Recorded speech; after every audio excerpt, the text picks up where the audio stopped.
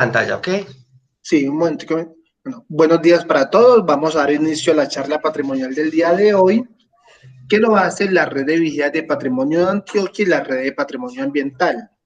Hoy vamos a hablar sobre el municipio de Caldas, sobre los ecosistemas estratégicos del Alto de San Miguel del municipio de Caldas, y nos va a acompañar Daniel Herrera, que va a ser el expositor de hoy. Don Daniel, buenos días, bienvenido. Buenos días, don Gustavo, y a todos los que se han conectado. Muchas gracias por esta oportunidad que me han regalado de compartirles este bonito ecosistema, el cual es muy importante y el cual presta grandes servicios ambientales a todo el Valle de Aburrá.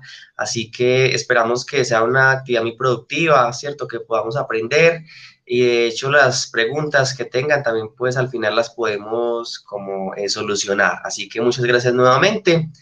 Yo llevo trabajando aproximadamente en esa reserva hace más o menos 9 años y me he desempeñado en labores relacionadas con la protección ambiental, enfocada en educación y en la parte también de investigación. Así que voy a compartirles como un poquito toda esa experiencia y cómo ha sido, digamos que, un éxito el trabajo con las comunidades que viven cerca de ese tipo de reservas. Así que muchas gracias nuevamente y voy a compartirles entonces mi pantalla para que veamos entonces la presentación.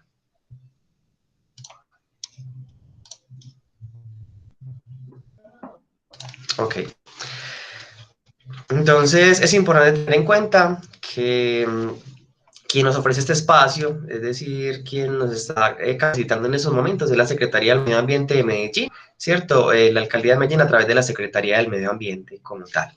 Entonces, vamos a hablar sobre algunos ecosistemas estratégicos, pero especialmente el Alto de San Miguel, el cual es una reserva natural que es propiedad del municipio de Medellín, aunque se encuentra en otro municipio diferente a Medellín, ya que se encuentra en el municipio de Caldas, es Medellín quien es propietario de esta reserva. Sin embargo, es un ecosistema estratégico y es por eso que se está protegiendo y se está cuidando. Entonces voy a contarles un poquito sobre ello.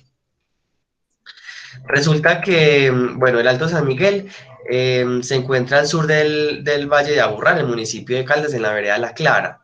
Ahorita les vamos a dar pues como unos mapas de Google Maps para que entonces veamos cuál es la ubicación de la reserva como tal. Entonces acá vemos algunas fotografías para que nos vayamos como adaptando a lo que vamos a ver durante esta presentación. Recuerden que el Alto San Miguel es una zona biodiversa, es una zona que tiene gran cantidad de especies, y que todas se encuentran cumpliendo roles importantes dentro del ecosistema. También Alto de San Miguel es conocido por ser el nacimiento del río Medellín. De hecho, nacen otras quebradas y somos ricos en aguas afortunadamente debido al tipo de vegetación que tenemos en la zona. Como les contaba, el municipio, la Reserva del Alto San Miguel se encuentra ubicada a 30 kilómetros del municipio de Medellín, ¿cierto? Está ubicada a 30 kilómetros. Estamos ubicados en una vereda que se llama La Clara, pero directamente estamos en el municipio de Caldas. Del municipio de Caldas hacia la vereda de La Clara, donde queda la reserva, más o menos en el transporte público nos tomamos 15 a 20 minuticos para llegar ahí, o sea que no es un trayecto como tan largo. Una vez llegamos a la vereda de La Clara, desde la vereda de La Clara hacia la parte alta se inicia un recorrido muy interesante que hacíamos antes de la pandemia. Estamos esperando nuevamente que se haga reapertura de esa actividad porque es una actividad educativa, pedagógica, que precisamente lo que pretende es que las personas conozcan ese tipo de ecosistemas, ¿cierto? Que puedan interactuar con ellos y digamos que se vean como comprometidos a proteger y a conservar ese tipo de espacios. Entonces, los recorridos pedagógicos que se realizaban son recorridos de 6 kilómetros de distancia, es un recorrido un poco largo, pero no es difícil, ¿cierto? El recorrido, digamos, es por zonas planas, no hay que subir mucho, sino que las pendientes no son tan prolongadas, de manera que uno hace algo que se llama falsos ascensos, es decir, que vamos subiendo, pero no percibimos que lo estamos haciendo. Durante esos recorridos hacemos diferentes estaciones estratégicas donde hacemos interpretación del paisaje, entonces hablamos sobre las especies que estamos viendo en el momento, sobre las aves, sobre los insectos, también hablamos acerca del agua, ¿cierto? De los bosques que tenemos y sobre las funciones que cumple cada ser dentro del ecosistema y que todos esos beneficios que ellos, digamos, que nos proveen, digamos que directamente estaría beneficiando al ser humano, o sea, esos trabajos que ellos hacen, esa polinización, esa dispersión de semillas que esas especies se encargan de realizar, pues finalmente están beneficiando al ser humano. Entonces son recorridos muy interesantes, los cuales los invitamos nuevamente cuando ya se haga la reapertura nuevamente de esa actividad. Esos recorridos son completamente gratuitos. La alcaldía es la que costea, digamos, el pago de los guías, es la que costea, digamos, el ingreso al refugio. El único costo que, digamos, que tocaría sufragar por parte de los visitantes es la compra de una póliza. Esa póliza cuesta 3.000 pesos por persona. De manera que es una aseguradora que nos respalde en caso de que de pronto se genere algún accidente. Entonces, básicamente es como eso. Estos recorridos están dirigidos a todo tipo de personas, es decir, a grupos de familias, grupos de amigos, a grupos ambientales, algunas universidades, empresas. De hecho, son como los grupos que más nos visitan, más que todo colegios y universidades. Así que son bienvenidos cuando nuevamente tengamos abiertas las puertas de la reserva.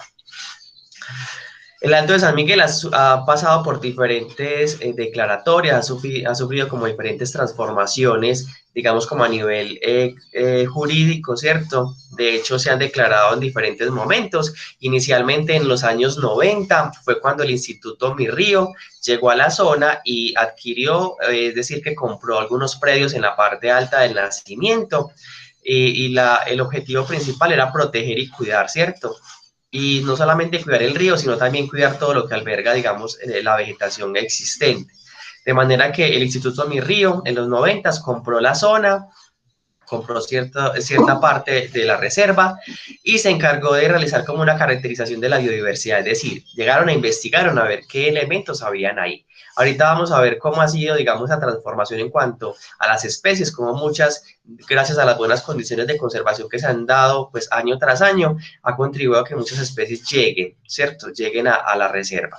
Posteriormente, ya en el 93, ya fue declarado como una zona protegida por el Consejo del Municipio de Caldas y inicialmente se declararon alrededor de 710 hectáreas.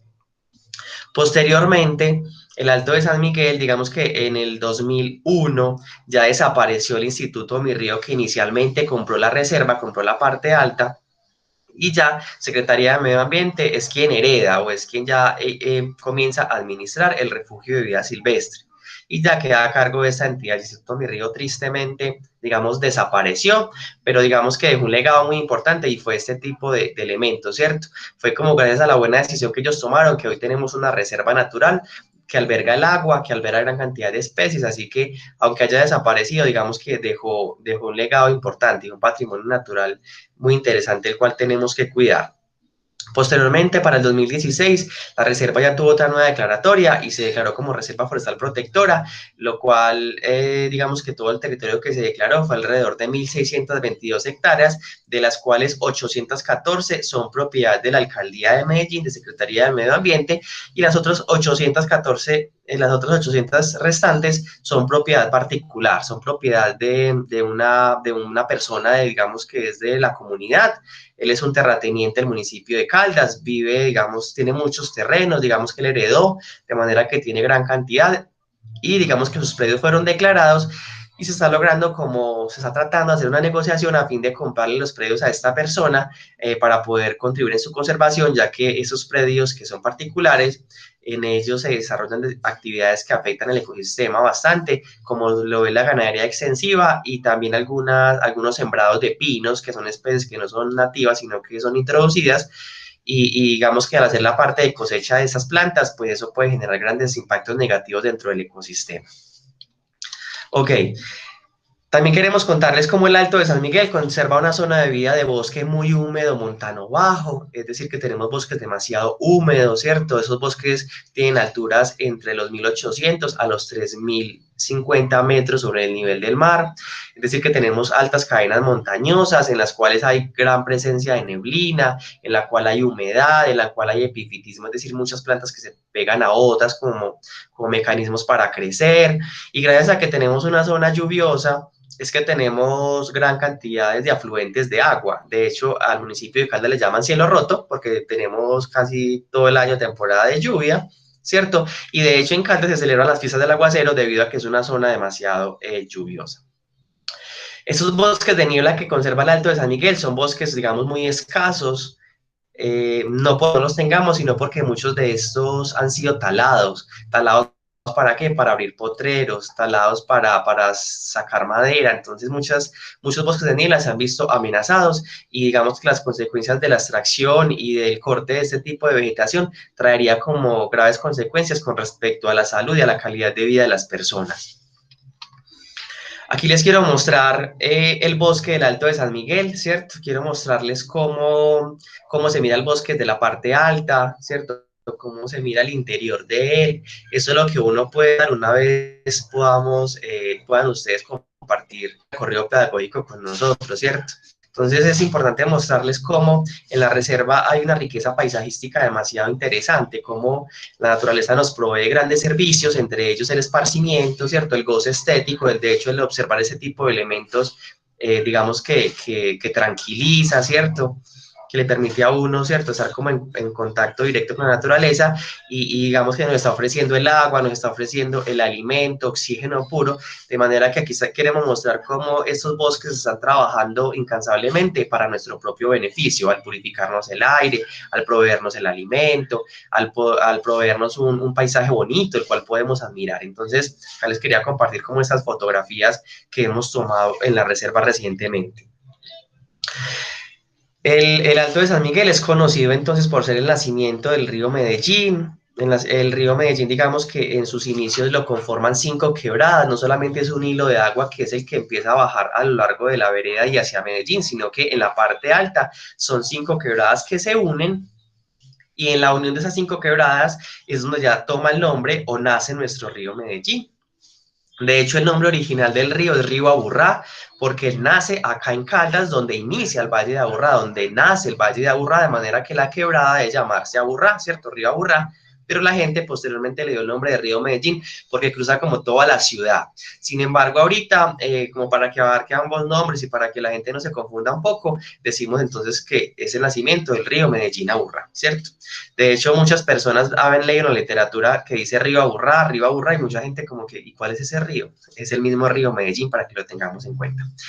Algo interesante con respecto al agua que tenemos en el río Medellín en esta parte de la reserva, es que es un agua completamente limpia, ¿cierto? Es un agua que tiene vida. En él hay macroinvertebrados acuáticos que indican que el agua está en las mejores condiciones. También tenemos gran cantidad de peces, tenemos alrededor de 7 especies, ahorita les comento un poco sobre ello. Y algo particular es ese patico de agua o ese mirlo acuático que vemos en la parte derecha de la presentación, que es el único mirlo acuático suramericano. ¿Qué sucede con esta especie? Esta especie solo está en el agua, solo transita por el agua, va de piedra en piedra y cerca al agua se construyen sus nidos, las piedras busca insectos de los cuales se alimenta y esta especie solo es posible verla en aguas limpias, ¿cierto? Entonces, como que el río es como la vía por la cual él puede desplazarse, él no se desplaza por zonas verdes o por zonas boscosas, no, solo como que la vía con la que le permite a él, digamos, comunicarse es el río Medellín limpio en esa parte de la reserva.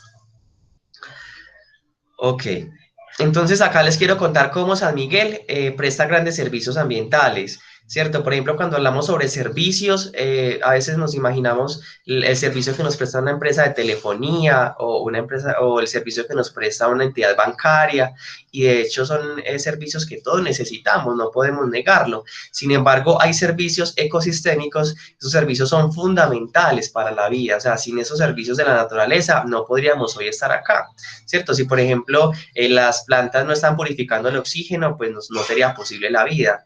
Si las plantas no estuvieran produciendo agua, pues, ¿qué vamos a hacer en una casa, por ejemplo, sin el agua? ¿Cierto? Entonces, como que es entender cómo la calidad de vida depende principalmente de que conservemos los ecosistemas estratégicos, que conservemos la naturaleza como tal, que es quien nos provee el alimento, quien nos provee la medicina, ¿cierto? Aparte de eso, San Miguel es un refugio para la biodiversidad y al conservar alta biodiversidad, pues hay polinización, hay dispersión de semillas, hay una cantidad de elementos que en últimas contribuye con el mejoramiento en la calidad de vida de las personas. Ok. Acá les quiero mostrar algunas estrategias ambientales que ha llevado a cabo la Secretaría de Medio Ambiente de Medellín a través del equipo técnico del Alto de San Miguel. Hemos realizado stands informativos, Estamos muy interesados en capacitar a las comunidades que están dentro de la reserva, a fin de que sean los próximos guardabosques, los próximos guías, ¿cierto? Entonces, como generar conocimiento en estos jóvenes que apenas están creciendo, y digamos que me parece que es una etapa importante en la cual podemos hacerlo, ya que en esos momentos los chicos pueden estar explorando muchas cosas, ¿cierto? Y es como atraerlos a todo este cuento ambiental y cómo a todos nos compete cuidar y protegerlo. De hecho, en la parte inferior de la presentación vemos entonces unas personas que están en una plataforma. Resulta que eso fue un curso de biodiversidad que hace poco realizamos, enfocado en la observación de aves, cómo queremos que la gente, y en este caso los jóvenes, aprendan sobre las especies, las reconozcan, puedan compartirla o mostrársela a otro tipo de personas, ¿cierto? Y que aparte de eso puedan decir y puedan conocer cuáles son esos servicios ambientales que las aves cumplen dentro de los ecosistemas.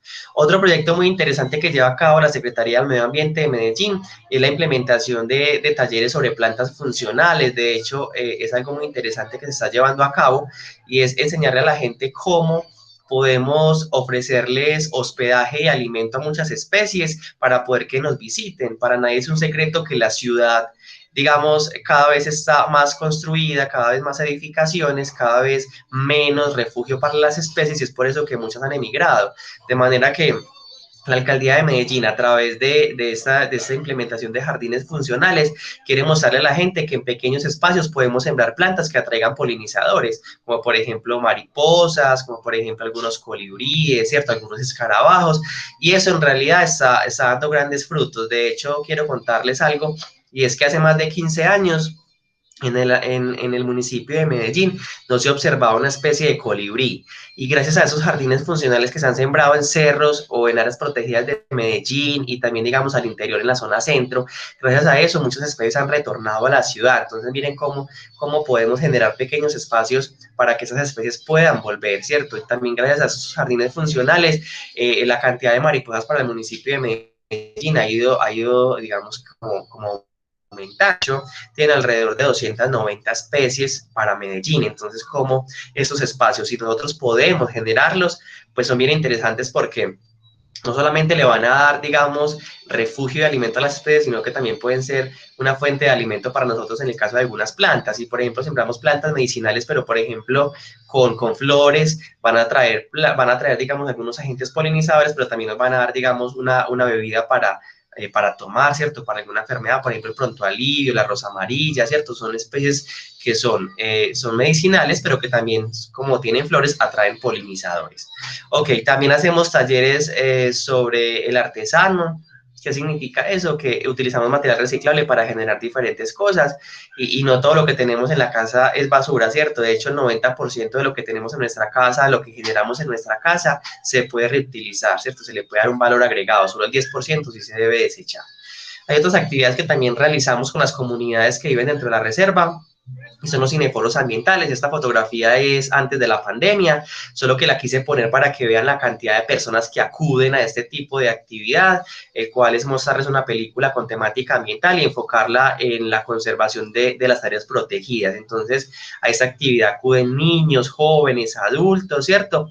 Y la verdad es que es muy interesante, porque es como atraerlos a este cuento, es como incentivarlos en el cuidado y en la protección, y más que son personas que viven en la vereda La Clara, donde está la reserva, y contribuye. Entonces, digamos que a través de esta educación ambiental contribuimos a cuidarla. De hecho, hay algo, y es que no podemos cuidar lo que no conocemos, ¿cierto? Así que el primer paso para poder cuidar y conservar algo es conocerlo. Entonces, es como por eso es importante tener aliadas a las comunidades que puedan estar dentro de estas zonas de influencia. Dentro de la reserva tenemos afectaciones como las hay en todo lugar, ¿cierto? Hay cosas buenas, pero también hay cosas por mejorar. En este caso tenemos en la zona extracción artesanal e ilegal de materiales de playa.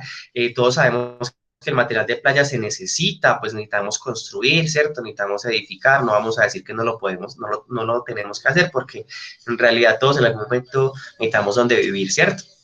De manera que hay aproximadamente 12 personas de la comunidad de la Vereda La Clara que viven de la extracción de esas materias primas. Es una extracción, digamos, artesanal, pero que es ilegal. Es una extracción muy tradicional, o sea, hace muchísimos años se viene realizando, y esa extracción, pues, No es un secreto que ha afectado el cauce del río. Ahí vemos, por ejemplo, unos desniveles, vemos como hay algunas pendientes, digamos, algunas barrancas demasiado altas, ¿cierto? Es una actividad que en realidad ha afectado demasiado. ¿Qué sucede? Que esa abstracción y ese turismo no controlado que se genera en la parte baja de la reserva, digamos que quien debe regular ese tipo de actividad es el municipio de Caldas como el ente territorial y como ente ambiental Corantioquia, porque estamos ubicados en zonas rurales, ¿cierto? Pero ¿qué pasa? Por parte de ninguna de las dos entidades ha habido respuesta. Sin embargo, Medellín, aunque está en la zona y no le compete a esa zona, sino que está en la parte alta de la reserva, aquí quiero que ustedes comprendan algo, y es que la parte alta de la reserva es propiedad del municipio, y esa parte alta, si hay un, digamos, un ingreso controlado, hay una portada, no todo el mundo puede llegar a visitar, ¿cierto? Mientras que en la parte baja o la zona de amortiguación de la reserva es todo lo contrario, pero precisamente porque no hay una administración presente que digamos, se quiera controlar y que quiera cuidar la zona. Entonces, es interesante cómo nosotros como equipo técnico del Alto de San Miguel, como empleados de la alcaldía y aunque trabajemos en la parte alta de la reserva, también tratamos de intervenir esa parte baja. ¿Cómo la intervenimos? A través de la educación, a través de la sensibilización. Cuando, por ejemplo, viene mucha gente a la zona, nos dirigimos a los grupos que están cocinando, que están haciendo sus diferentes actividades recreativas, porque se pueden realizar, ¿cierto? Actividades recreativas como venir a bañarse, como venir a caminar, como por ejemplo venir a cocinar, la gente lo podía hacer, ¿cierto? Pero por ejemplo en el caso de los carros en el río, eso obviamente no está permitido. Entonces en este caso cuando alguien están generando algunos impactos negativos, lo que hacemos es vamos donde ellos, los saludamos pues, con amabilidad, les decimos que es una zona protegida, que por favor nos ayuden a cuidarlo. Por ejemplo en el caso de los carros, la gasolina y el aceite pues afecta a los peces que hay ahí, ¿cierto? En el caso de algunas personas que cortan vegetación, les decimos que por favor no lo hagan. Y digamos que esa parte de educación ambiental no es fácil hacerla, porque muchas personas, digamos, no comprenden el mensaje y otras pocas puede que sí lo hagan. Sin embargo, educar a la gente ambientalmente es difícil y es un proceso continuo que tenemos que seguir en él. Y los llamados a este tipo de actividad, digamos, a este tipo de educación, somos todos, ¿cierto? Somos todos a que si alguien está afectando el ecosistema en algún momento, pues que nosotros tengamos la oportunidad de amablemente decirle y darle razones de peso por las cuales debe cuidar, ¿cierto? Entonces, más que ir a regañar, más que ir a hablarles feo, ¿cierto? Porque a ninguno nos gusta que nos hablen de esa manera. Entonces, más que todo, como a través de la sensibilización, digamos, como amigable, logramos que algunas personas cambien un poco el comportamiento frente a las acciones negativas que están teniendo sobre el ecosistema. ¿Alguna pregunta? Veo que alguien activó el micrófono. No, ok. Bueno, aquí quiero mostrarles los recorridos pedagógicos que normalmente realizábamos, ¿cierto? Son recorridos turísticos mucho más armoniosos con el ecosistema, donde la gente se compromete a cuidar, donde la gente se compromete a hacerse cargo de sus residuos. Por ejemplo, en ellos tratamos de generar en ellos como un sentido de responsabilidad hacia la basura que generan. Por ejemplo, en el recorrido que se hace hasta la parte alta, le decimos a la gente que lo que usted trajo, usted mismo debe llevárselo, no tenemos por qué otras personas bajar la basura a alguien que trajo, digamos, un montón de cosas, ¿cierto? Por ejemplo, el agua, si la traíamos en una botella y si la subimos llena que estaba pesando, pues ya al regreso ya va vacía, ya no nos va a pesar, ¿cierto? Entonces, de esa manera tratamos de generar en las personas como un sentido de pertenencia y un sentido de responsabilidad hacia los residuos. Por ejemplo, en el caso de los residuos orgánicos, sí se los recibimos para poder hacer abono. De hecho, animamos a la gente a que pueda traer su fiambre en hojita de viado, la cual se pueda descomponer, ¿cierto? Y podamos convertirla en abono. Entonces, como que aquí vemos un contraste entre un turismo que ya es más ambiental, un turismo que ya es más sostenible, menos, digamos, que afecta a los ecosistemas, como un turismo que no es controlado, como el que veíamos en la presentación anterior. Ok, una vez se hacen estos recorridos, pues llegamos hacia la parte alta de la reserva, desde esa zona hacia arriba son 814 hectáreas, como les mencioné hace un momento. Resulta que es propiedad del municipio de Medellín, recuerden, ¿cierto? Son 814 hectáreas que están bajo su cuidado, bajo su protección, donde hay diferentes elementos, ahorita les voy a contar cuáles son, pero sin embargo, este lugar es el hospedaje de grupos de investigación. Acá recibimos grupos que vienen a estudiar las aves, o que vienen a estudiar los mamíferos, o que vienen a estudiar las aguas, la calidad del aire, entre otras. Y también nos permite el ingreso de personas que vengan a hacer recorridos pedagógicos como tal. También alrededor del refugio tenemos proyectos productivos, tenemos mariposarios abiertos, o sea, no tenemos las mariposas encerradas, sino que tenemos unas estructuras donde sembramos plantas que les prueban alimento a las mariposas, de manera que generalmente se mantienen ahí muchas de ellas. También tenemos paneles solares.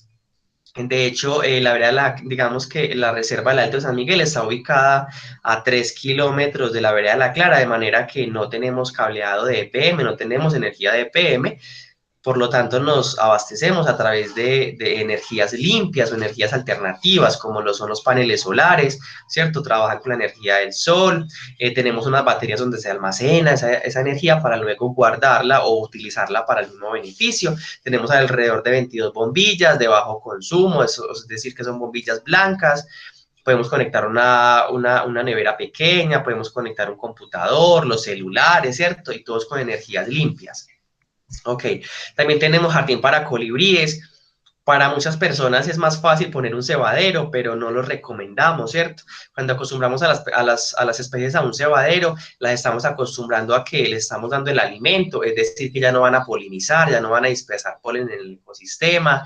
Aparte de eso, a veces las personas no somos un poquito cuidadosas con esos cebaderos y no les hacemos buen mantenimiento. Por ejemplo, en el caso de los cebaderos para colibríes, les ponemos agua con azúcar y dejamos 2, 3, 4, 5 días esa agüita ahí, en la cual pueden proliferar grandes bacterias, virus y un montón de cosas que se les pueden pegar a las especies. Entonces, si alguien quiere tener un cebadero, pues no es lo ideal, es más fácil sembrar plantas que los atraigan y que naturalmente podamos alimentarlos. De hecho, finalmente el azúcar es, digamos, algo refinado que tiene químicos y que también puede hacerle daño a las especies. Tenemos también entonces viveros donde hacemos germinación de plantas nativas, plantas para adornar este bonito lugar. Y también tenemos composteras y lombricultivos en pequeña escala para mostrarle a la gente cómo podemos hacer un aprovechamiento, digamos, sostenible de lo que generemos en nuestra cocina. Como generalmente eso no es basura, ¿cierto? Eso puede ser abono orgánico para las plantas. Muy bien. Aquí les quiero contar sobre el compromiso comunitario que han tenido, digamos, las comunidades con las que hemos trabajado que se encuentran dentro de la reserva. Los niños ya se han convertido en grandes guardianes del ecosistema.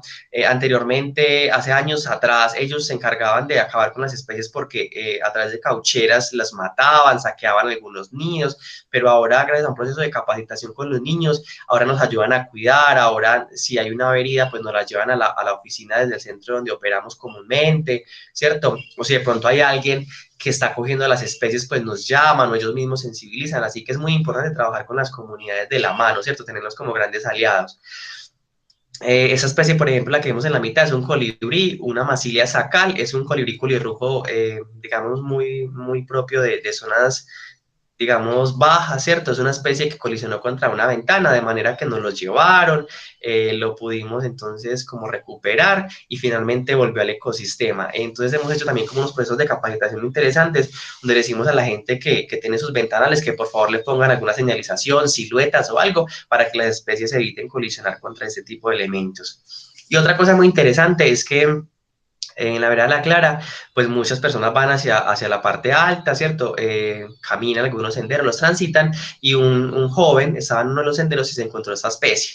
Esta especie de búho es una especie que nosotros como equipo técnico no la habíamos observado en ningún monitoreo, lo cual constituyó un nuevo reporte para la reserva. Entonces miren cómo a través de las comunidades se puede generar, ¿cierto?, unas relaciones bien interesantes y cómo pueden contribuir en el reporte de especies, en la conservación de la biodiversidad que poseemos.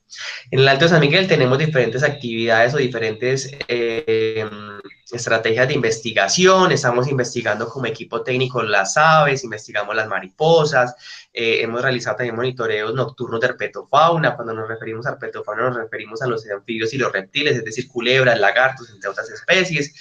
Monitoreos de hidrobiológicos, es decir, monitoreos de especies que están en el agua, que son acuáticas, y también monitoreados con cámaras trampa para poder saber qué especies de mamíferos tenemos en la zona. A grandes rasgos voy a contarles sobre estas estrategias y sobre estas metodologías de campo, también las cuales ustedes también pueden implementar o pueden también tener en cuenta a la hora de identificar o de hacer estudios investigativos en otro tipo de ecosistemas estratégicos que de pronto puedan tener a su alcance.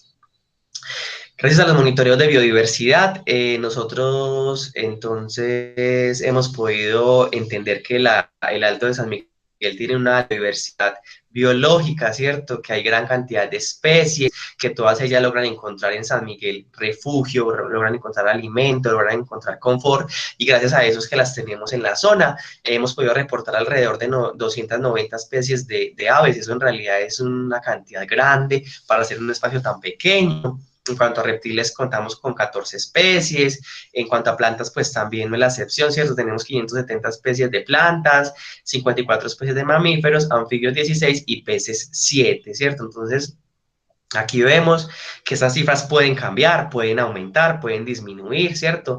Sin embargo, hemos visto cómo esas especies cada vez tienden a aumentar más.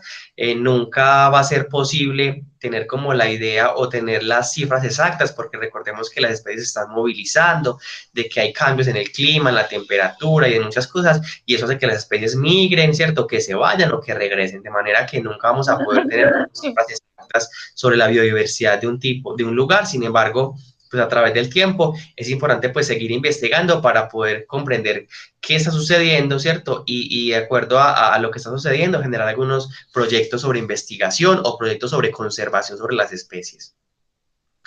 Los monitoreos de aves que realizamos son demasiado importantes porque eso nos permite comprender cuál es el estado de conservación en el que se encuentra un bosque, también nos permite comprender si las especies están aumentando o están decayendo, ¿cierto? Y hay diferentes elementos o diferentes estrategias o metodologías que permiten, digamos, como observar las aves. Aquí les traje 3 metodologías, no quiero andar mucho en eso, pero sí quiero que sepan que hay metodologías para la observación de las aves y que nos permiten saber entonces esos estados de conservación en los que se encuentran los ecosistemas.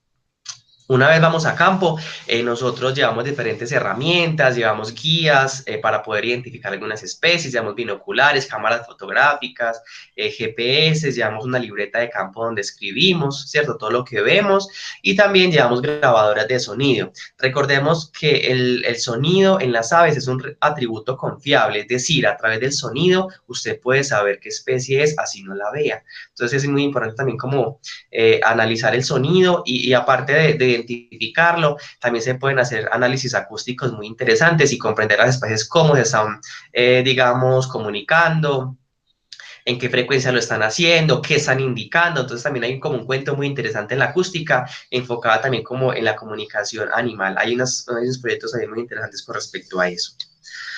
Ok, aquí quiero mostrarles entonces cómo ha sido el aumento de las especies de aves en el Alto de San Miguel. Inicialmente, como les conté, en los 90 el Instituto Mirrío compró la zona e investigó y encontró alrededor de 129 especies de aves y a lo largo de los años esas cantidades se han visto, digamos, aumentadas, ¿cierto? Hasta lo que va de octubre del año 2020, hemos llegado a 290 especies y ese pico puede seguir subiendo, ¿cierto? Es probable que siga subiendo. Entonces, miren cómo, gracias a que la zona del Alto San Miguel está regenerando de la mejor manera naturalmente, como cada vez crecen más árboles, cada vez hay más oferta alimenticia, esto ha permitido que muchas especies retornen a ese tipo de ecosistemas naturales. Quiero contarles sobre hallazgos importantes que hemos encontrado en la reserva. Son especies que antes no estaban reportadas, que las hemos podido ver en la reserva, y eso se logra gracias a la buena conservación que hay en el sitio. En este caso, esa especie que estamos viendo es el mismo que el chico que estaba caminando en un sendero también pudo haberla observado, que es esta misma especie, el cicada virgata o el búho moteado. Es una especie que solo estaba habitando el norte del Valle de Aburrá y acá lo encontramos al sur a más de los 2000 metros. Entonces vemos cómo las especies se van desplazando gracias a que ven buenas condiciones, gracias a que ven, digamos, un tipo de bosque conservado y gracias a eso es que los podemos tener acá en este tipo de ecosistemas. Otro hallazgo importante es el cuclillo canela, es una especie que no estaba reportada para la cordillera central y es el primer reporte. Es un reporte muy interesante porque solo habitaba por debajo de los 1000 metros sobre el nivel del mar y acá lo encontramos a los 1850 metros, lo cual nos muestra la expansión de rango de esta especie, cómo se amplía un poco más su distribución gracias a que encuentran zonas protegidas y zonas en conservación. Y digamos, el reporte estrella es esta águila crestada, es un águila que no estaba reportada para ninguno de los 10 municipios del Valle de Aburrá y fue observada en el municipio de Caldas, de manera que es el primer reporte para el valle. Algo interesante con respecto a esta especie es que es una especie que se encuentra en peligro de extinción. Hay muy pocas poblaciones, digamos, de esta especie. Es una especie que se reproduce cada 3 años, de manera que por eso es que está en peligro. De hecho, requiere grandes extensiones de terreno, requiere de 5.000 a 10.000 hectáreas por pareja. Entonces, miren que el hecho de encontrarla en San Miguel nos está indicando de que la zona tiene las condiciones para poder soportar su vida. Y cuando digo que soportar su vida es proveerle el alimento que necesita. Y no es cualquier alimento, ¿cierto? Porque son carnívoras, de manera que comen primates, comen otras aves, comen también algunas zarigüeyas. Entonces, como que si los encontramos en un ecosistema es porque el ecosistema les está dando el alimento que ellos tanto necesitan. Así que fue muy sorprendente y fue muy interesante haber encontrado este hallazgo en San Miguel, lo que nos permite entonces que la restauración ecológica que se está dando en la zona es exitosa, y gracias a eso hemos encontrado especies que están llegando, ¿cierto? Y esperamos encontrar muchas más.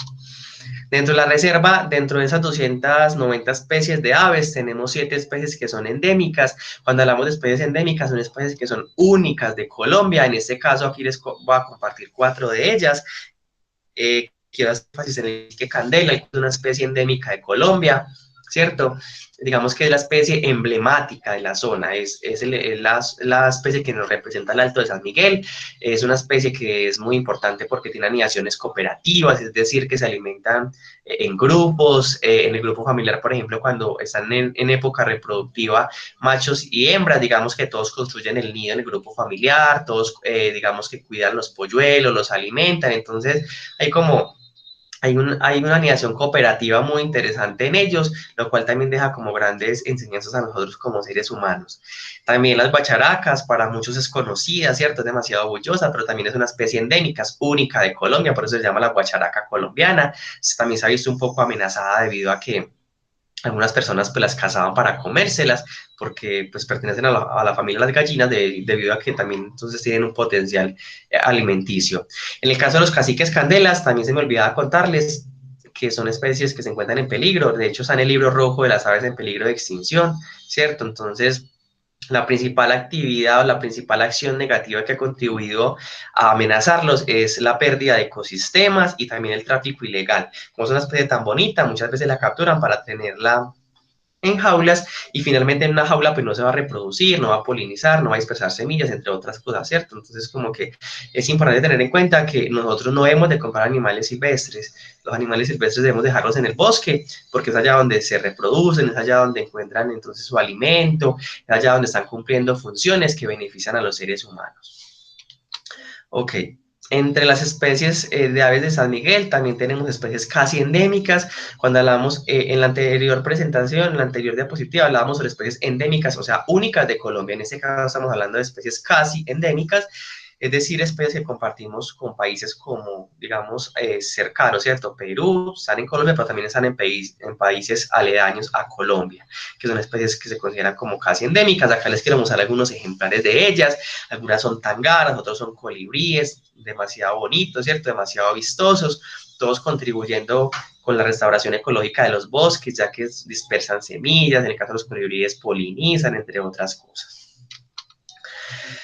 No solamente tenemos especies propias de la zona, también recepcionamos alrededor de 34 especies de aves migratorias. Son especies que vienen de Norteamérica. De hecho, estamos en octubre, entre septiembre y octubre están llegando a nuestro país. Son especies que llegan porque en los países de origen pues comienzan las temporadas de invierno, de manera que los árboles pierden sus hojas, no hay comida, hace frío. Así que estas especies buscan lugares como tropicales, en este caso lugares de Centroamérica, y especialmente acá en Colombia pues llegan muchos, ¿cierto? Centroamérica y Sudamérica, y muchas llegan acá a alimentarse, ¿cierto? Como de paseo, y entre mayo y abril del próximo año se estarían regresando. O sea, llegan entre septiembre y octubre y se regresan a sus países de origen entre marzo y abril del próximo año. Entonces, es interesante cómo esos ecosistemas no solamente soportan la vida de quienes están acá, sino también de las especies que nos visitan, en este caso de las migratorias boreales que vienen de Norteamérica. Otras especies comunes en la zona son los tucanes, son los carriquíes, los carpinteros, ¿cierto? Son diferentes elementos o diferentes especies. que encontramos acá en la reserva. Esas especies generalmente las encontramos a través de los monitoreos que hacemos periódicamente. Para observarlas hay que estar en campo muy temprano, ¿cierto? Hay que ser muy observadores, hay que guardar silencio, hay que utilizar, digamos, una ropa, una indumentaria, digamos, lo más camuflada posible, nada de colores vistosos, sino lo que sean cafeses, grises, ¿cierto? Negritos, a fin de parecer lo más, digamos, pasar lo más desapercibidos posibles ante ellas, ya que tienen una visión muy bien desarrollada, de manera que si uno va como con una chaqueta como la que tengo puesta, la que me dio la alcaldía, que es muy azul, ¿cierto? Si voy a campo con ella, pues todo se va a asustar. Entonces, la idea es que si queremos ir a observar las especies, es interesante que hay que utilizar este tipo de elementos, o sea, elementos que sean como cafés, no sé, beige, ¿cierto? Cosas como que no sean tan vistosas y que no nos vean como potenciales, digamos, amenazas las aves. Ok, entonces quiero contarles cómo las especies controlan biológicamente poblaciones de ratones, los cuales pueden ser focos de infección. También, por ejemplo, cómo se alimentan de muchos insectos. Las aves son insectívoras, son atrapamoscas, de manera que los insectos también pueden ser transmisores de enfermedades, así que prestan un gran servicio a la humanidad. También nos indica sobre el estado de conservación, son bioindicadores, ¿cierto?, del estado de conservación de los ecosistemas, dispersores de semillas. De hecho, las aves muchas veces llegan hasta donde uno no lo puede hacer, y como muchas de ellas comen semillas, finalmente excretan en cualquier rama, en cualquier parte, y ahí crecen diferentes especies de plantas. Entonces miren cómo prestan grandes servicios a la humanidad, y cómo, digamos, que esos servicios a veces no los valoramos, pero en realidad son muy importantes. Por ejemplo, en el caso de los colibríes, son grandes dispersores de semillas, perdón, son grandes polinizadores, como ellos, por ejemplo, se encargan de polinizar las plantas, de transportar el polen de una flor a otra, lo cual constituye a que hayan alimentos, ¿cierto?, a que hayan flores.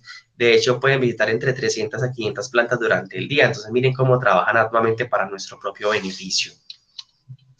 En los muestreos de mariposas tenemos diferentes herramientas, muestramos las mariposas con unos coladores gigantes que se llaman jamas, tenemos algunos tubos los cuales pues les ponemos alimento para que ellas lleguen. Algunas especies debemos colectarlas porque son difíciles de identificar, y en estos momentos se están colectando algunas especies para llevar a los museos. Tenemos, digamos, un acuerdo con el Museo de la Universidad CES, donde llevamos las mariposas. No había colección en ningún museo sobre las especies de San Miguel, así que algunas especies se colectan, se sacrifican a perpetuidad.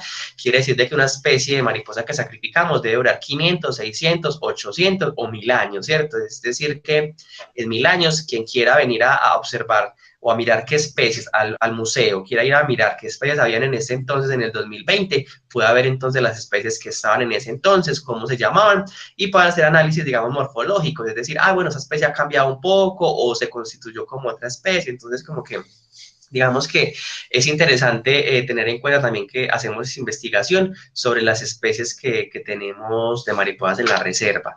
Ellas son demasiado importantes, también polinizan, ellas también son presa para otras especies, es decir, para las aves, y gracias a los monitoreos hemos podido registrar más de 270 especies de mariposas. Entonces, miren qué interesante este dato. En cuanto a anfibios, contamos con 16 especies de anfibios. Es un grupo muy estigmatizado, a mucha gente no les gustan por su aspecto, porque son un poco babositas, ¿cierto? Sin embargo, son especies que están en el ecosistema, que también controlan poblaciones de mosquitos, de zancudos, que son indicadores, por ejemplo, de aguas limpias. Entonces, la idea es protegerlas y cuidarlas, porque aunque no nos parezcan tan bonitas, pues eso no nos da el derecho a quitarles la vida, ¿cierto? Si están ahí en el ecosistema es por algo, y ya sabemos por qué. Entonces, en cuanto a anfibios, tenemos gran cantidad de especies, tenemos 16. En cuanto a reptiles, tenemos 14 especies, ninguna especie es venenosa. De estas que vemos acá, ¿cierto? Son solo controladoras biológicas, son pequeñas cazadoras, comen caracoles, comen babosas, pueden comer lagartos, ¿cierto? Algunas grandecitas pueden comer algunos ratoncitos. Entonces, miren que no están en el ecosistema para hacernos daño, para mordernos, no, simplemente están en el ecosistema para cumplir unas funciones importantes, ¿cierto? ¿Qué pasa? Que muchas veces ellas se ven en la necesidad de atacar, ¿cierto? Pero no es porque quieran hacerlo, sino porque a veces las molestamos. Sin embargo, pueden morder, esos que vemos acá pueden morder, pero no tienen ninguna especie de veneno letal que pueda matarnos, ¿cierto? Son pequeñas cazadoras, tienen algunos colmillitos, pero que no inyectan veneno. Bueno, el único mecanismo de defensa, por ejemplo, como hablábamos, pueden ser morder. En el caso de la caracolera que vemos en toda la mitad, que es una cafecita, se ve como muy agresiva, pero el único mecanismo de defensa en esa es que suelta como un líquido, un almizcle a través de su cloaca, la cual huele muy feo. Entonces, como que es el único mecanismo. Entonces, miren cómo las especies sí tienen su mecanismo para defenderse, pero las que tenemos en San Miguel no son letales. Aquí les quiero mostrar es que esta especie se ha reportado en San Miguel, sí, pero hace más de 20 años, y es la única víbora venenosa que podría estar en la zona. Sin embargo, hace más de 20 años no se observa. Entonces es posible que esté muy en el bosque, es una especie demasiado tranquila, generalmente no ataca si no ve la necesidad, y hace más de 20 años pues no se observa ni se han reportado ataques, de manera que es posible que esté o es posible que no esté, pero hace más de 20 años no se reporta, se llama la víbora de pestañas, ¿cierto? Se llama víbora de pestañas porque tiene como una especie de escamita en la parte superior de su ojo que parece como una pestañita, ¿cierto? Entonces por eso se le llama de esa manera. Una manera de identificar las culebras venenosas de las no venenosas es a través de las escamas. Esta, por ejemplo, tiene muchas escamitas alrededor de su cabeza, ¿cierto? Encima de su cabeza son como un montón de escamitas pequeñas, ¿cierto? Un montón como de relieve, mientras que en las que no son venenosas son, digamos, como unos caparazones grandes, son unas escamas grandísimas. Entonces es una manera de poderlas observar cuándo son venenosas y cuándo no lo son. Y también que tiene el ojito de gato, ¿cierto? Eso es como una manera en usted poder identificarlas. Sin embargo, como hablábamos, las culebras no quieren hacernos daño, ¿cierto? Si tratamos de molestarlas, pues ellas se van a ver amenazadas, se van a ver, digamos, eh, obligadas a atacar. Sin embargo, algo interesante es que hay personas que se han muerto por la mordedura de una culebra no venenosa. Y no es porque lo haya matado la mordida de esta culebra, porque obviamente no tiene veneno, sino porque son los infartos lo que producen la muerte. O sea, el susto de que te mordió una culebra y de que te vas a pensar que te vas a morir, pues es lo que provocan infartos, ¿cierto? Entonces, en este caso, han muerto personas por mordeduras de culebras no venenosas, pero no por el veneno, sino por el susto, de manera que les dan infartos.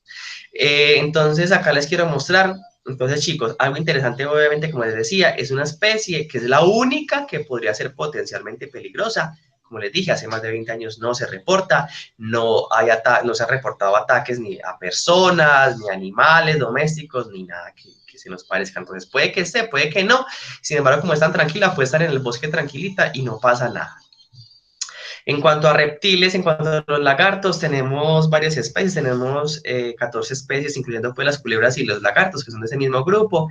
En la parte de abajo vemos dos especies que hemos encontrado recientemente, son especies que están apenas para identificar, porque puede que no sean las que están ahí registradas. Por ejemplo, el lagarto de escamas grandes, hay una especie que ya se había descrito, ya se había descubierto, que se llama el Ticoclosus danieli, pero esa especie que encontramos en San Miguel es muy diferente a ese, así que se sacrificó, está en museo y se le están haciendo pruebas de ADN con respecto al que ya está registrado para mirar qué tan parecidos son entre ellos o si son especies diferentes. En el caso del lagarto verde también lo mismo, una especie que se parece al de la parte superior cafecito, que tiene una gula, esa gula que tienen ahí solamente la tienen los machos, aprovecho pues contarles, y es como un mecanismo para la parte reproductiva.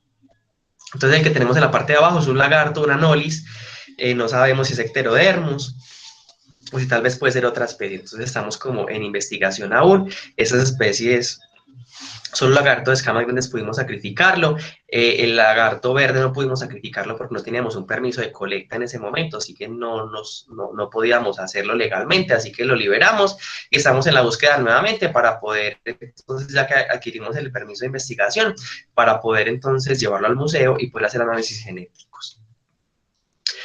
También contarles que en la reserva hacemos fototrampeo, es decir, que instalamos cámaras trampa para poder observar esas especies que están en el bosque, como los mamíferos, que son demasiado, digamos, no agresivos, ¿cierto? Ellos inmediatamente sienten las personas, se van, huyen, sino que son especies un poco, digamos, como asustadizas, ¿cierto?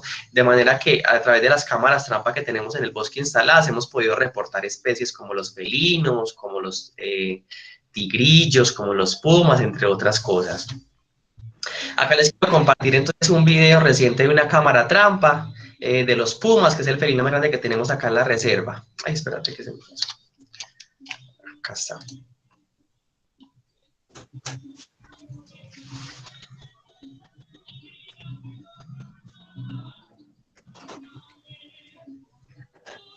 Si notaron, eran dos individuos del puma, ¿cierto? Que los pudimos coger en esta cámara trampa. Uno pues pasó por enfrente de ella, otro se quedó un poquito más atrás. Aquí les quiero compartir otro video. Estas especies se encuentran normalmente desplazándose debido a que tenemos corredores biológicos que nos conectan con Montebello, con Santa Bárbara, con El Retiro, con Envigado, ¿cierto? Entonces, estas especies debido a que son tan grandes, requieren grandes, digamos, extensiones para poder buscar su alimento, y si les proveemos conexiones o senderos ecológicos por los cuales puedan entonces, digamos, desplazarse, vamos a poder contribuir a su alimentación. De hecho, el hecho de proteger también, digamos, las reservas naturales, también contribuye al cuidado de ellas, pues si hay bosque, si hay agua, ¿cierto? Pues también entonces va a haber alimento para ellas. Entonces es interesante cómo en San Miguel y cómo la alcaldía de Medellín, a través de la articulación con ecosistemas estratégicos en las zonas urbanas y en las zonas rurales, está tratando como de conectar un poco este tipo de ecosistemas para que las especies puedan estarse desplazando normalmente.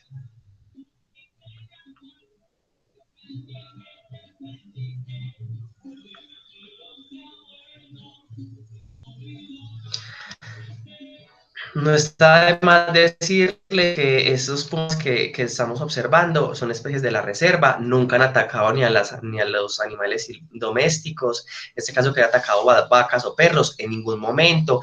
Nosotros que permanentemente estamos en campo tampoco hemos sido atacados por ellos, lo cual nos muestra que si ellos no se encuentran en amenaza o si ellos se encuentran el alimento que necesitan, pues no se ven en la necesidad de atacar, digamos, ni a una vaca ni a un perro, ¿cierto? Entonces, para que tengamos en cuenta, los animales silvestres no nos quieren hacer daño porque quieran, sino que cuando generan un impacto negativo es porque ya nosotros hemos generado otra afectación en su ecosistema, y digamos, en el caso de si abrimos un potrero o si cortamos la vegetación, dejamos a los animales silvestres sin alimento, y en este caso, por ejemplo, grandes felinos o carnívoros, como vemos el puma, pues si no encuentra qué comer y una vaca, pues va a alimentarse. Entonces no es que lo quiera hacer, no es que nos quiera hacer un daño, sino que muchas veces esas acciones de ellos hacia nosotros es porque nosotros hemos afectado negativamente su ecosistema. Acá les quiero compartir otro video sobre una zarigüeya. Está como en época reproductiva, ya que se encuentra recolectando material para hacer sus madrigueras. Miren qué bonito como lo hace.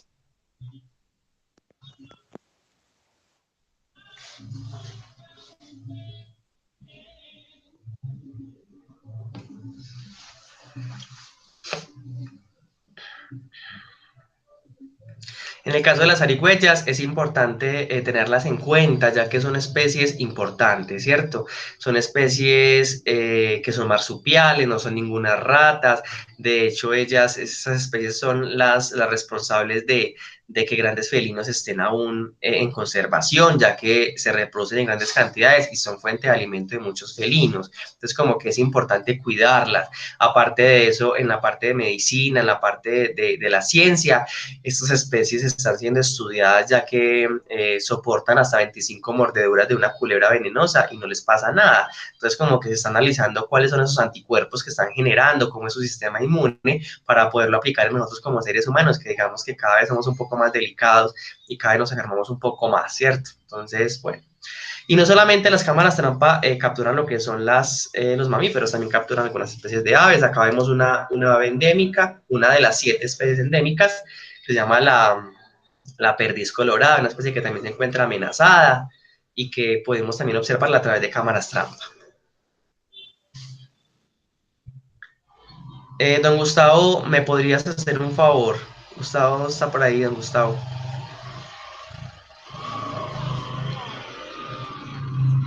¿Qué se me hizo, don Gustavo? Está con el micrófono apagado, dime. Ok, no te preocupes. ¿Me puedes regalar, por favor, un pantallazo sobre la proyección de esta presentación para que me la compartas, porfa, al WhatsApp o a un correo ahorita? Es que tengo que evidenciar pues la charla que estoy dando el día de hoy. Sí, claro que sí. Inclusive, como te decía, todo esto queda grabado. Ah, ok, listo, dale, muchas gracias. Perfecto. Entonces, aunque don Gustavo, por último, si es posible, un pantallazo desde el computador o desde el celular y lo tienes ahí como fotico y luego me lo pasas ahorita en un momento, por favor. No hay problema. Muchas gracias. Entonces, el potencial florístico que tiene la Reserva del Alto San Miguel es grande, ¿cierto? Hay un potencial muy interesante con respecto a las plantas, hay gran cantidad de ellas, de hecho hay unas comunidades de orquídeas muy interesantes, tenemos 39 especies de orquídeas, eso es mucho, de hecho las orquídeas son demasiado, digamos, como vistosas, llamativas, y el objetivo es que en el futuro podamos crear como reproducción acerca de ellas y podamos comercializarlas como plantas ornamentales, como evitando que las personas lleguen a los bosques a arrancarlas de la manera inapropiada, ¿cierto? Y acabar con el ecosistema. Entonces, el objetivo es que uno pueda hacer un aprovechamiento sostenible, no una sobreexplotación de los recursos, sino cuando hacemos un aprovechamiento sostenible estamos contribuyendo a cuidar, ¿cierto? Pero también como a generar algunas, digamos, ganancias, ¿cierto? Monetarias. Ok, entonces, hasta acá es mi presentación. Quiero darles las gracias a todos los que estuvieron conectados. Finalmente, no sé cuántos fueron. No sé si de pronto llegaron más después de que yo estuve en la presentación. Me gustaría saber, voy a revisar por acá a ver cuántos Aquí estuvieron hay 8, pero hay conectados. varios que los ha sacado el Oh, sistema. En total se unieron 13 personas. 13 personas, excelente. Bueno, algunos escucharon, otros una parte, otros cierto, otros no. Sí. Sin embargo, entonces el espacio para que preguntemos si tienen alguna inquietud, ¿cierto? Estoy como dispuesto a eso. Entonces, por el chat lo pueden hacer o pueden activar su micrófono, como dicen. Lo primero que todo, Ah, por muchas acá en el gracias. chat veo muchas. Ok.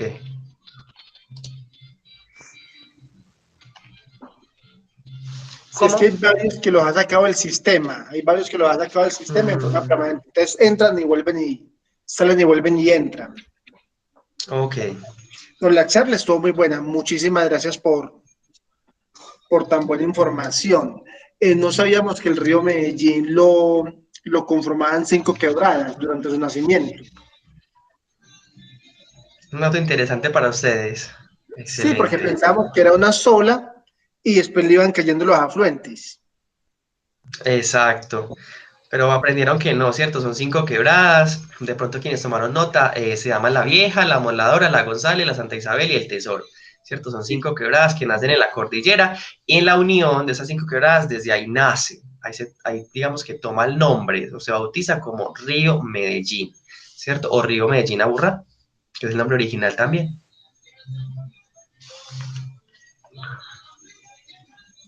Sobre el recorrido que ustedes hacen allá, es un recorrido que es gratuito, que solamente se paga pues la parte del seguro. Pero aquí, por ejemplo, Ana Clarisa nos dice, y es algo muy válido, que sería buscar la forma de que alguien del sector vendiera los refrigerios para que también contribuyamos a dinamizar la economía de los habitantes de la Clara. Sí, digamos que es una estrategia que se me olvidó comentarles, pero sí, así lo hacemos. De hecho, hay varias personas de la comunidad, varias señoras que se encargan de ofrecer la alimentación. Esta alimentación la empacan en hoja de viao, ¿cierto? Es fiambre, o algunas personas piden otro tipo de elementos, pero sí, sí contamos con personas que nos colaboran como con ese servicio de alimentación. Es una alimentación pues bien balanceada, es muy rica, ¿cierto? Y también cuando que tengan la oportunidad de visitarnos, pues claro que también les ofrecemos ese servicio a fin de que la comunidad de la Vereda de la Clara pueda también verse, digamos, como beneficiada en cuanto a ese tipo de actividad turística. Pero sí, sí lo hacemos. Sí.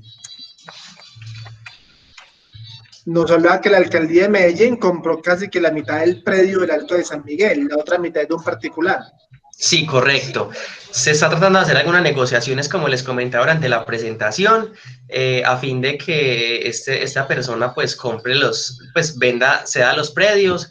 Hay algo interesante y es que pues digamos que el costo es un poco elevado y es para eso que hay diferentes instituciones que se están uniendo, como lo es el área metropolitana, como lo es Corantioquia, como la alcaldía de Medellín, entre otras, ¿cierto? Entonces, se están en negociaciones, se requiere aún un poco de tiempo, ¿cierto? Pero el objetivo es que, bueno, se quiere comprar esos predios, pero aún estamos ahí como esperando.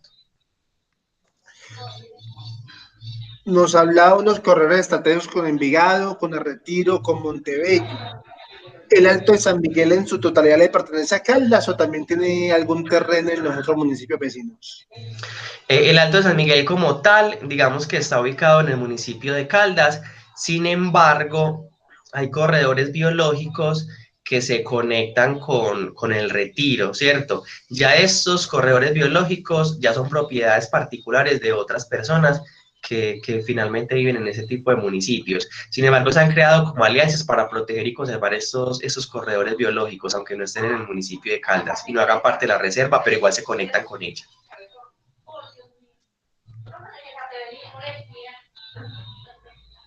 Pues de retiro se unen con la parte del corredor del Tidrillo, por la Loma del Escobedo y por la Catedral, ¿o por dónde? Sí, más que todo como por esas zonas, por las lomas del Escobero, generalmente es por donde se encuentran esos corredores biológicos que se conectan generalmente.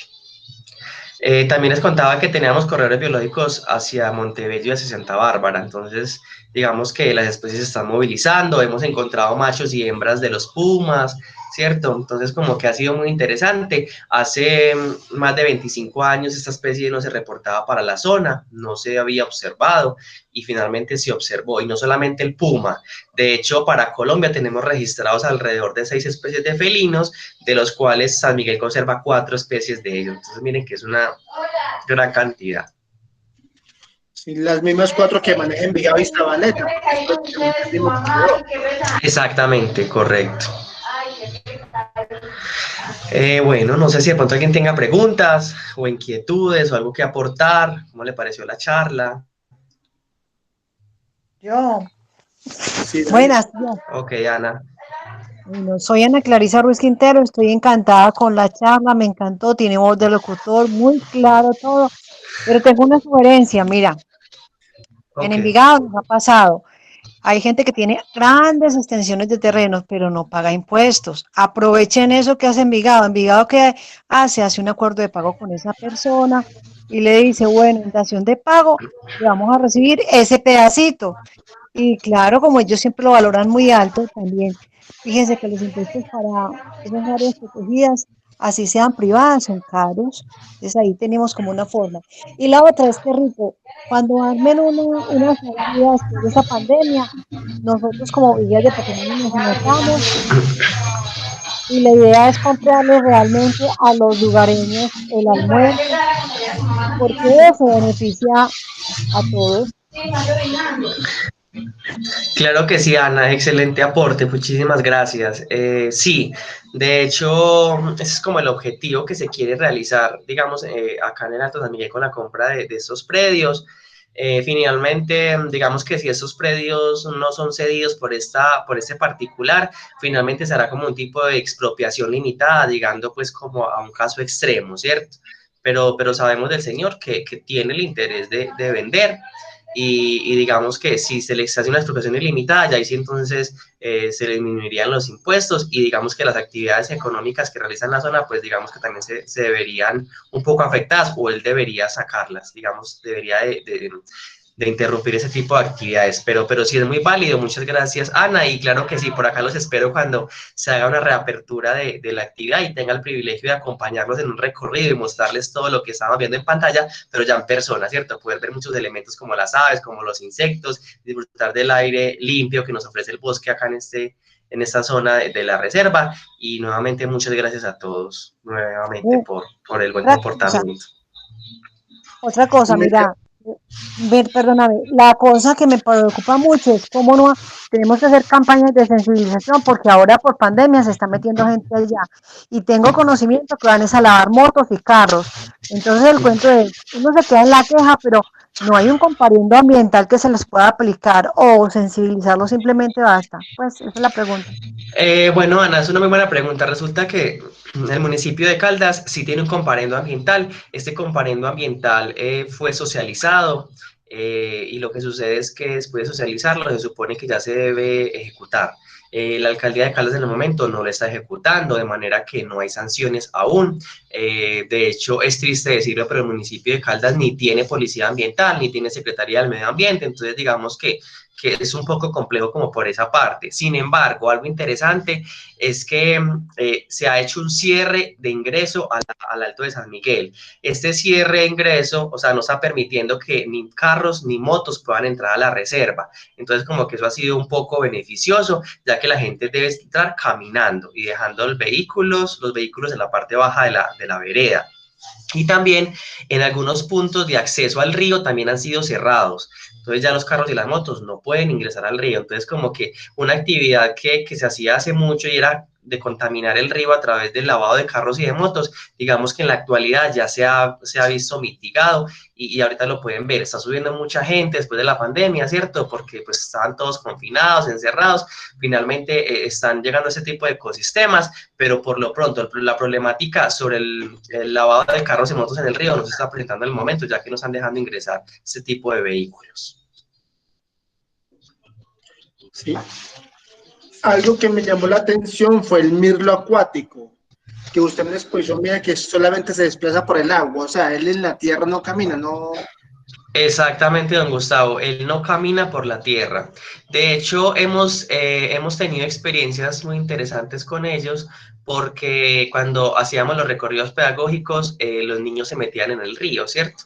De manera que estas especies pues van a desplazarse de una u otra manera por el río. Entonces lo chistoso era que los niños estaban bañándose en la quebrada y entonces ellos eran como o sea, uno como ser humano, uno piensa, ellos porque no van, no vuelan por la manguita, ¿cierto? Y nuevamente, digamos, vuelan por la manguita en el espacio donde los niños están en el río y nuevamente llegan al río, ¿cierto? Pero resulta que no lo hacen, es porque digamos que la vía para ellos ubicarse es el río, es como los reflejos del agua, de manera que es una especie que solo transita por ahí, ¿cierto? No tiene esa capacidad como digamos, de modificar su vuelo y volar por la vegetación o volar por la manguita, ¿cierto? Del lado del río, sino que tiene que ser netamente por el río. Entonces es como digamos, como una dependencia muy interesante que hay entre el río y esa especie, ¿cierto? Que depende completamente de ella. Sí, me llama la atención que construyen los nidos prácticamente casi que en el agua, sobre una roca, sobre un borde, y en Eh, cualquier subida de nivel se les va el nido. digamos que ellos han sido muy inteligentes porque ellos saben en qué niveles deben hacerlos.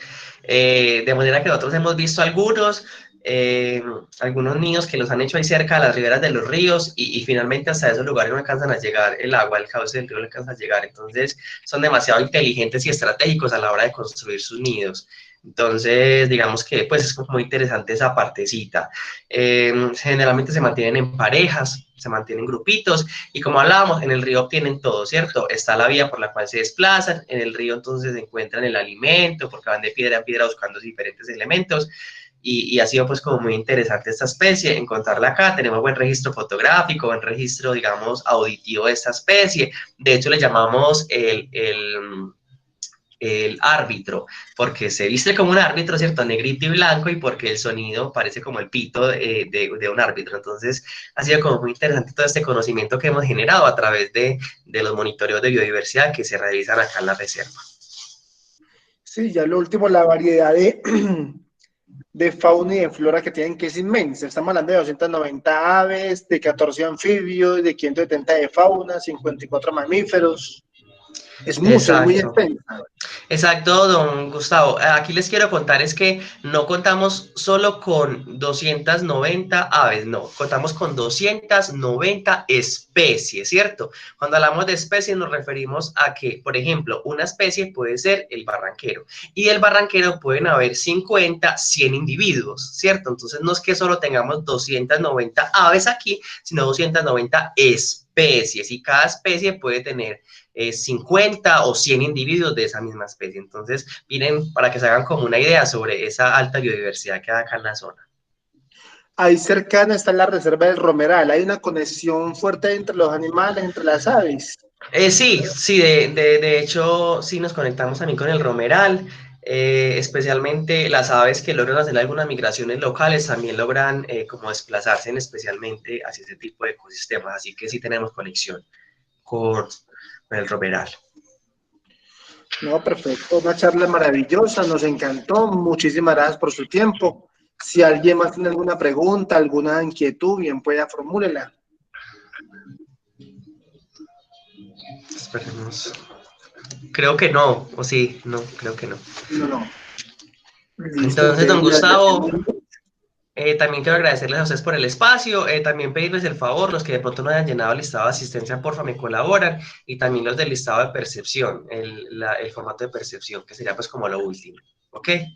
Entonces, muchas gracias y cordialmente invitados a la próxima charla del miércoles, que será sobre el municipio de Liconia en el occidente antioqueño. Se Excelente, llama chévere. la charla, son los retos que tiene el patrimonio cultural y natural en el municipio de Liconia. Entonces lo esperamos el miércoles a las 7 de la noche.